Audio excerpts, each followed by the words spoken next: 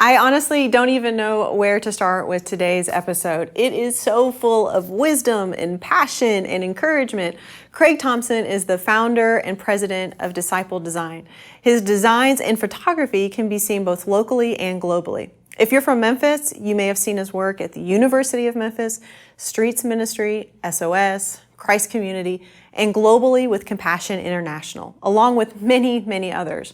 Craig took risks and has pivoted his journey multiple times. In this episode, we talk about pivoting for the sake of your passion. And if I were you, I'd get ready to take notes. It's a good one. So let's get to it and meet Craig Thompson in the green chair.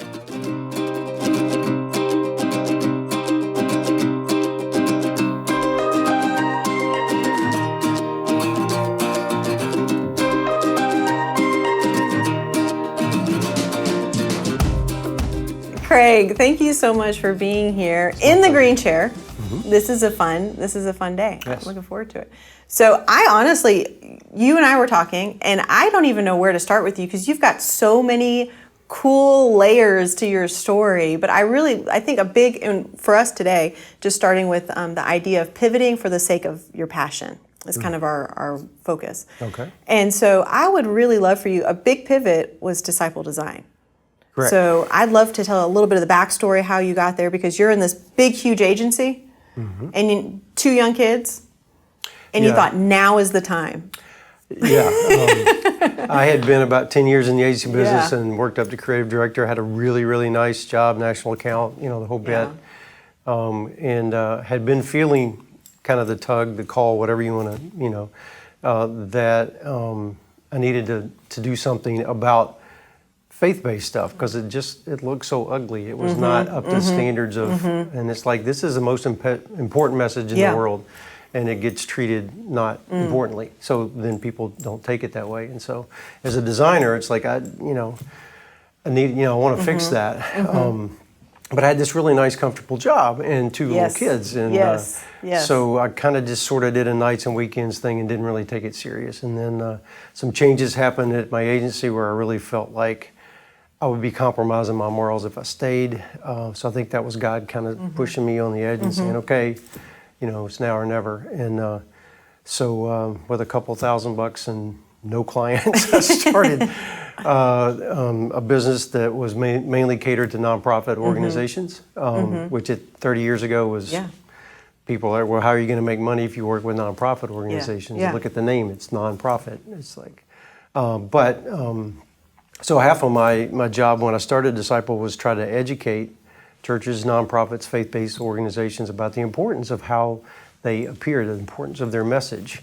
You have a very life-changing message. You need to treat it that way and with respect and apply design to that. And fortunately, over the years, I don't have to make that pitch anymore. People understand the value of design.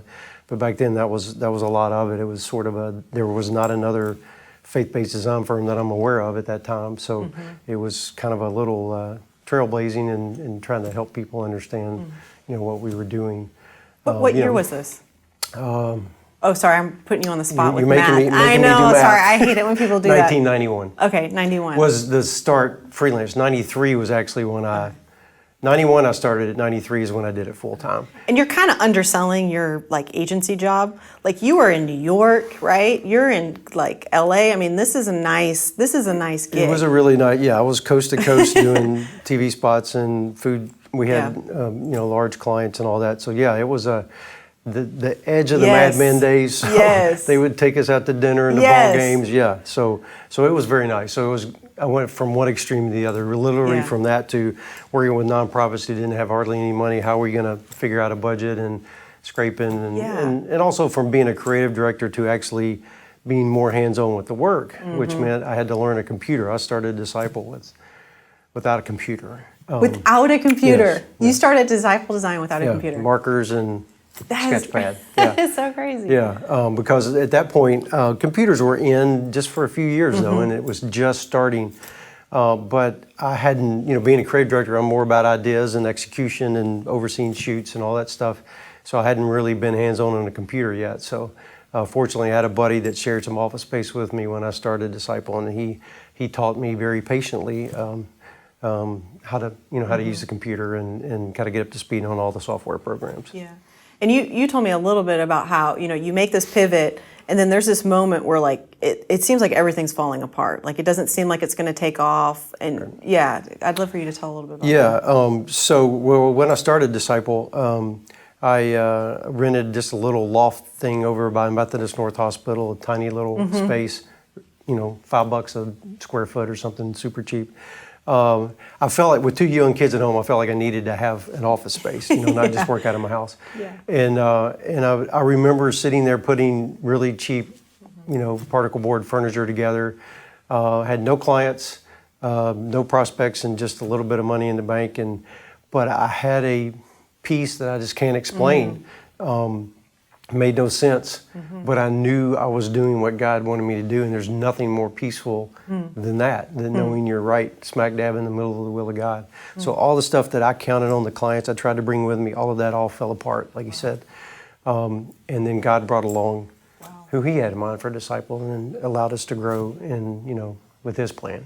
Wow. So it's almost like God just took your safety net and was like, nah, like we don't need that. We're going to start all new. We're going to do a whole different thing. Right. And another pivot has been photography. Is that right? Correct. Yeah. I about halfway into Disciple years, another thing I was afraid to do was to go on mission trips. I was afraid God would convict me to be a missionary and I have to give up ESPN and air conditioning and be in Africa forever. And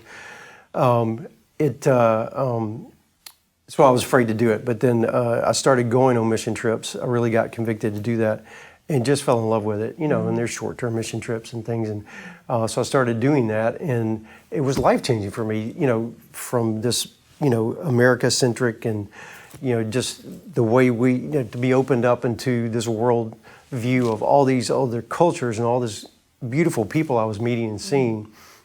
I wanted to share that, and I was struggling with that. And so I thought, I can maybe, document it and bring it back with photography. The first trip was film. It cost me about $500 to do a full of film because I take a lot of shots when I got back. So I quickly pivoted to digital, and they had dumbed down the technology enough to where somebody like me who wasn't trained in photography necessarily, like I was in design, to be able to pick it up. And so I started doing that just as a way to, like I said, capture that, share that, and it became kind of another passion for me, especially the way I was able to meet people and the way it forced me to go into some situations or allowed me to go into some situations where normally I wouldn't be able to or feel comfortable doing. And then, being an art director and a designer and all, I sort of hopefully had an eye for that already. And so it just seemed as something that came natural. So then after a while, I would donate stuff and go on trips and trade my photography for the trip, because didn't have a lot of money.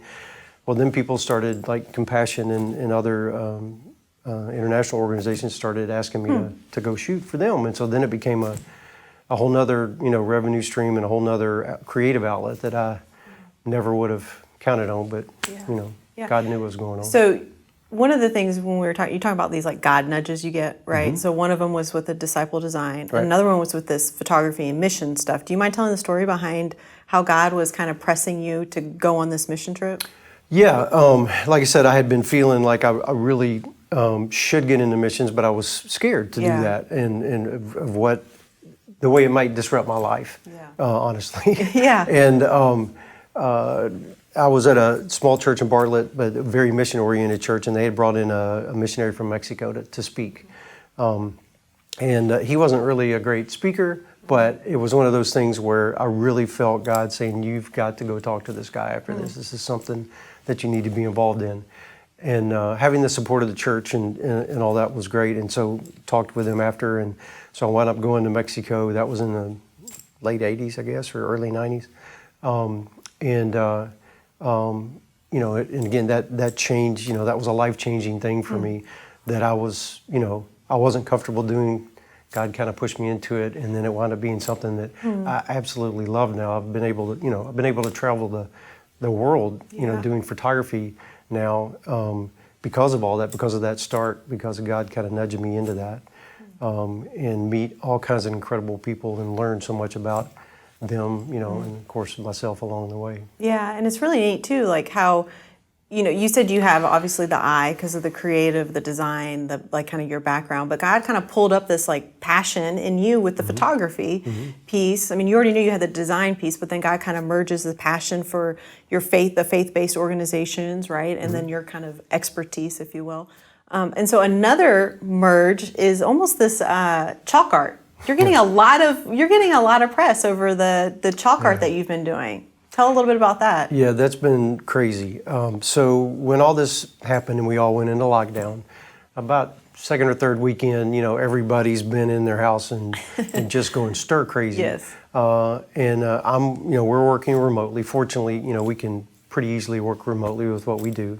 But I'm taking sort of daily breaks just to get outside, get some fresh air, and go walk. You know, meet neighbors I haven't met in 30 years living in the neighborhood, because everybody's out walking when they can and stuff. As I'm walking around, a couple of things. I'm feeling fortunate that we'll be able to stay busy and keep working when a lot of people are starting at that point to worry about losing their jobs. Yeah. And then also, it was what can I do? I was feeling helpless as far as, you know, how can I contribute? I have some medical issues which really don't allow me to be able to go do food bank stuff or, you know, things that involve being around a lot of people. And so I really was frustrated, and it's like, I don't know what to do. And so I was just praying as I was walking around, you know, God, what can I do? How can I contribute to society instead of just sitting here working, you know, doing design stuff in my house? And at that point, there was some kind of thing going around where kids were doing chalk drawings with the stained glass stuff and all on the sidewalks and all. And I saw one of those and thought, well, I can draw, you know, and so what if I try that? I'd never done chalk drawing in my life, but, and right before the pandemic hit, a few weeks prior, I had just come back from Kenya on a mission and a paid trip.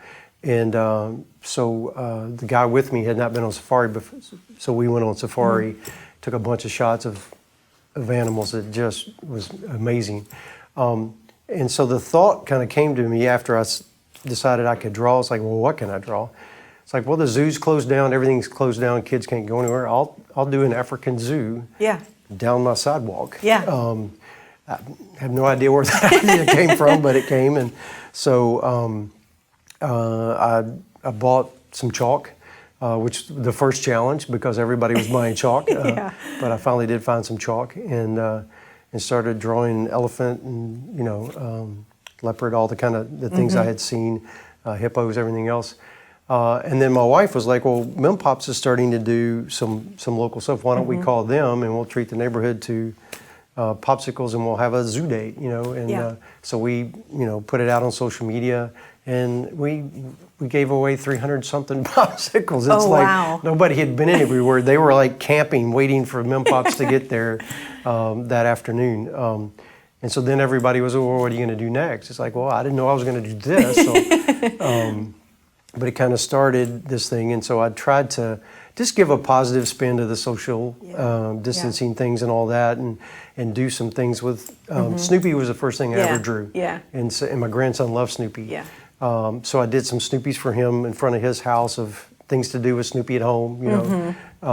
And then social distance slinky and putting 50 foot apart is the largest one I've done in our cove across the street. My neighbors have been great about kind of letting me borrow their cove for my canvas. And they just kind of got larger and larger and more ambitious and crazy. And we started doing drone shots and the news media started going out. And then, you know, with social media, things get shared a lot. So it's just been, you know, a little bitty thing that, you know, that I tried to do and God's taken it just, you know, gone crazy with it. So, but it's been a blessing for me. It's given me something fulfilling to do. I've kind of rediscovered my love of drawing, you know, with design now. It's all on computers. So I don't get to draw as much like I used to when I was a kid and all, and even in school, you know, in college. So it's like, wow, okay, I can still draw. You know, it's like it's actually working. And then these scale drawings have been just a good challenge for me to try to sit there on the ground and draw something 50 feet at scale.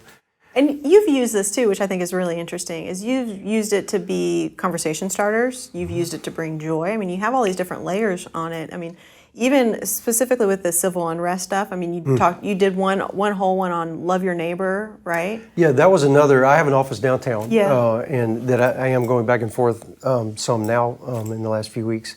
And it was, my office is on South Main, so it was literally there where they're gathering to start their marches. And so when all this happened with the social unrest, same kind of thing. What can I do? Yeah. Here I am, this white guy. What can I do to address this or to have a dialogue? Yeah. And I can draw. So I started drawing in front of my building. I have a big sidewalk in front of my building doing social justice oriented chalks, and that got a lot of attention as well, and hopefully it's spoken to some folks. But yeah, I'm trying to reach out through that and just positive messages like love your neighbor and the Micah verse. Act justly, love mercy, walk humbly. As we're doing all this, to try to keep that in mind that's the way we need to be approaching the way we protest, approaching the way we have our conversations. But it's been cool, and I've been doing some of those. I've had whole families just kind of stop. Get out of their car and say, hey, what are you doing? This is cool. And had a really great conversation with a couple of families that way. And it's hard to start some of these conversations or to know, especially coming from a perspective of a white person, what am I supposed to say? Yeah. How am I supposed to address this? And so sometimes the art can it takes it away from being so personal, and you kind of start talking about that and what the idea is behind that, and then you can really get into a nice, deep conversation about it. And that's what I found to happen, and that's been, for me, just very fulfilling. But then also, hopefully, with these being shared and all the images are, hopefully sending a positive message out. Every one of them is biblically based and has a verse with it. I'm kind of adamant about that from the beginning, but nobody's had an issue with that at all. That's been a big part of it, is that all of this is, the Bible talks about justice, over and over and over again. I think people aren't realizing that it's a faith issue. It's not just a, social issue. And we, as people of faith, should be deeply involved in this. Yeah, absolutely. And you've also done, you did first responders, you've done Snoopy with a mask on. I like that one. That was good. That was another large one, And I love, too, that this, if you don't mind me kind of pressing in on a conversation we had earlier, was just, some of those came out of this place of feeling helpless, is what you told me. And I thought that was really interesting. Is what can I do? You didn't feel like you could do anything, and you got that God nudge. Right. And the God nudge said, you can draw. Right. You can draw. Well, and again, it was something uncomfortable. I'm usually kind of drawing, and I get everything perfect, and I go, here you go. Here's your drawing. As a designer, it's more that. And so nobody sees all the really bad stuff that I did before I showed you the logo that I really like. And so this was I'm getting out and doing it's live painting, public art, whatever. It's I'm doing it right there, and it's got larger and larger, and people are walking by and watching me and talking to me, and it's so I've had to get comfortable with being more public with drawing too. But now I enjoy that. Now that's a part of it that I really enjoyed that I did not think I would. Yeah, absolutely. And if you don't mind me asking too, part of the conversation that you and I were even speaking of, not all the pivots have been easy, right? You've had a few pivots. Specifically cancer. If you don't mind sharing a little bit about that, because the thing with that pivot is, and it's important, I think, for those of us listening, is not all the pivots we make in our life are these fun choices about following our passion. Right. Some are hard, but we can still find good in those. Yeah, the chalk drawings have been the good to kind of come out of the pandemic. I never would have done that had we not been forced into that kind of situation. I think 8 years ago, a little over 8 years ago, I was diagnosed with a pretty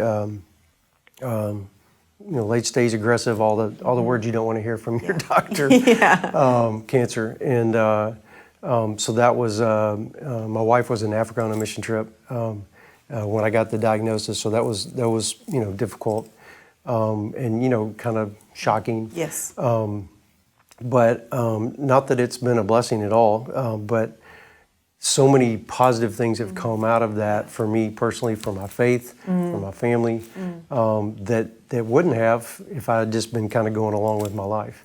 As far as just really living in each moment, I was always looking forward, always aggressively pursuing my career or family or whatever it was, but really relishing the moments as they come, family time, things like that. I mean, one of my first prayers when I was diagnosed, my daughter was in medical school. She was married, but in medical school. My son wasn't even, only had a serious dating at that time. But for whatever reason, I wanted to, my prayer was, I want to live long enough to see a grandchild. And now I have 5. So that's been cool. But yeah, that's not something that I would have said, hey God, let's get cancer because so I can grow my faith. Yeah. But it really has been something that has been obviously life-altering, but in some ways in a positive way. Yeah, and just living in the moment, right? Like living in exactly where you are, that's really powerful. And speaking of lessons, right? Like you're kind of leaning into some of these lessons that you've learned throughout your journey. I'd love to hear some lessons you have learned from all of this. I mean, there's so many ways you've pivoted. There's so many ways you've kind of put everything on the line for your passion. What are some lessons you learned along the way? Well, one of those is that follow your passion, for sure. I'm probably the only dad in the world whose daughter came to him and said, hey, I'm thinking about medical school or going into photography. I'm like, oh, go into photography, do you? Fortunately, she's smarter than me and she went into medical school. And now she also does photography. She does both. But I'm really, I really feel like God gives us that. If there's something you're passionate about, that's something that's God-given, that's part of you. And it's important to pursue that, not to the degree of just not paying attention to anything, but paying attention to where God's leading you with your passion. I think that's a big lesson as well. And one of the others is to live in the moment. I think we all get so caught up. I think everybody's kind of had, it's funny, I told my wife this, it's like this pandemic has sort of made everybody stop, like I had to stop when I was diagnosed with cancer. And think about everything, put everything into perspective. We've all had to no more busyness, no more going out, no more doing all this stuff. And that was something I kind of had to go through as, I don't know if I'm going to be able to do this, in another year. I don't know if I'm going to be here in X amount of years. So, I don't know anything about the future anymore. We think we know. So I think as a society, it's been a similar kind of thing. And that's sort of the positive of it is everybody says, take a breath now and really figure out what's important. And so I think living in those moments and really, enjoying your family is another big lesson that I've learned through all this. And another thing, I had a boss tell me one time, never work with folks that don't make friends with the people you work with and your vendors and all that stuff, and then you can't pressure them. I found the opposite to be true, is that I really try to make friends and enjoy the folks that I work with, whether they're a peer, a vendor, or whatever it is. I hate that word vendor, but and that's been a great lesson for me as well, as far as that's come back to help. Then when I'm in need, they understand that, and then I'm going to a friend versus going to somebody I haven't treated well. But just the basics of treating everybody well, no matter where they are in your that's really good. In your life.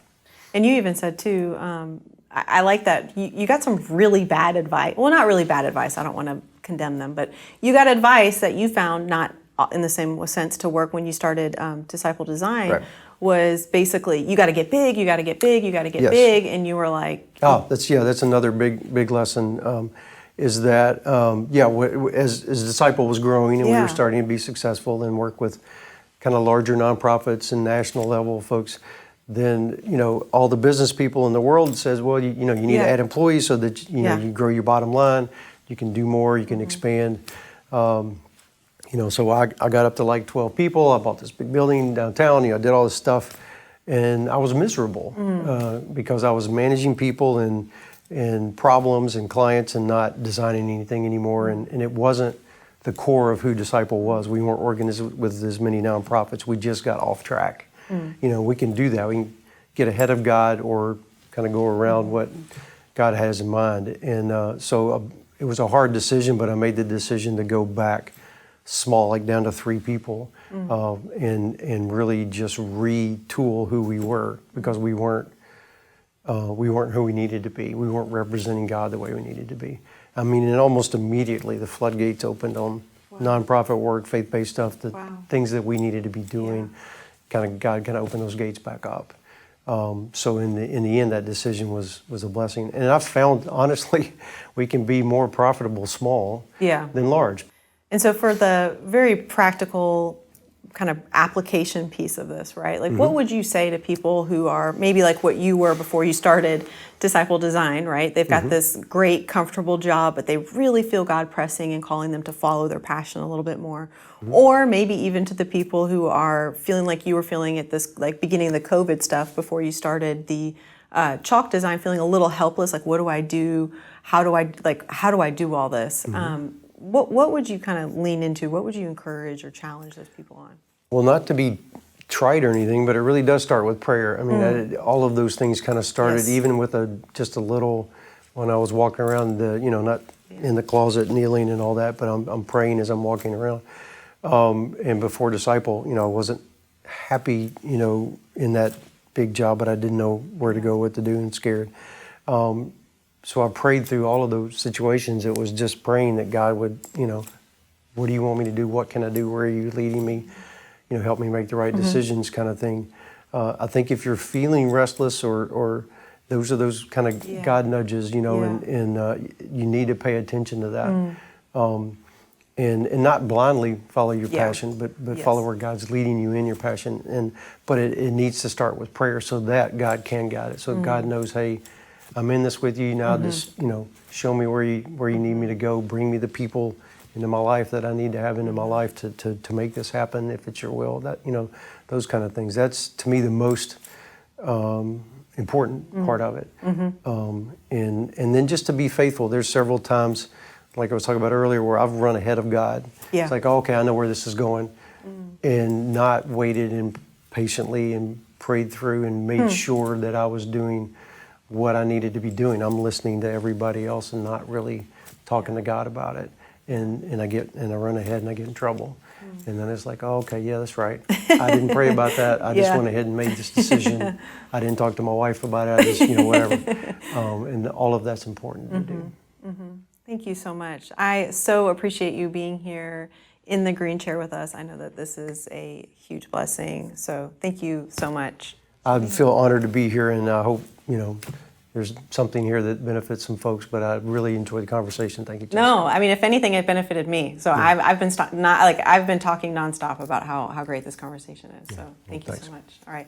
And that is a wrap for our green chair conversation with Craig Thompson. Thank you so much for being connected with us today. Don't forget, you can share today's conversation with a friend or even post on your social media platforms. If you're interested in connecting further or getting additional resources to take this conversation beyond the chair, you can email me at greenchair@hopechurchmemphis.com. Love you guys. See you next week.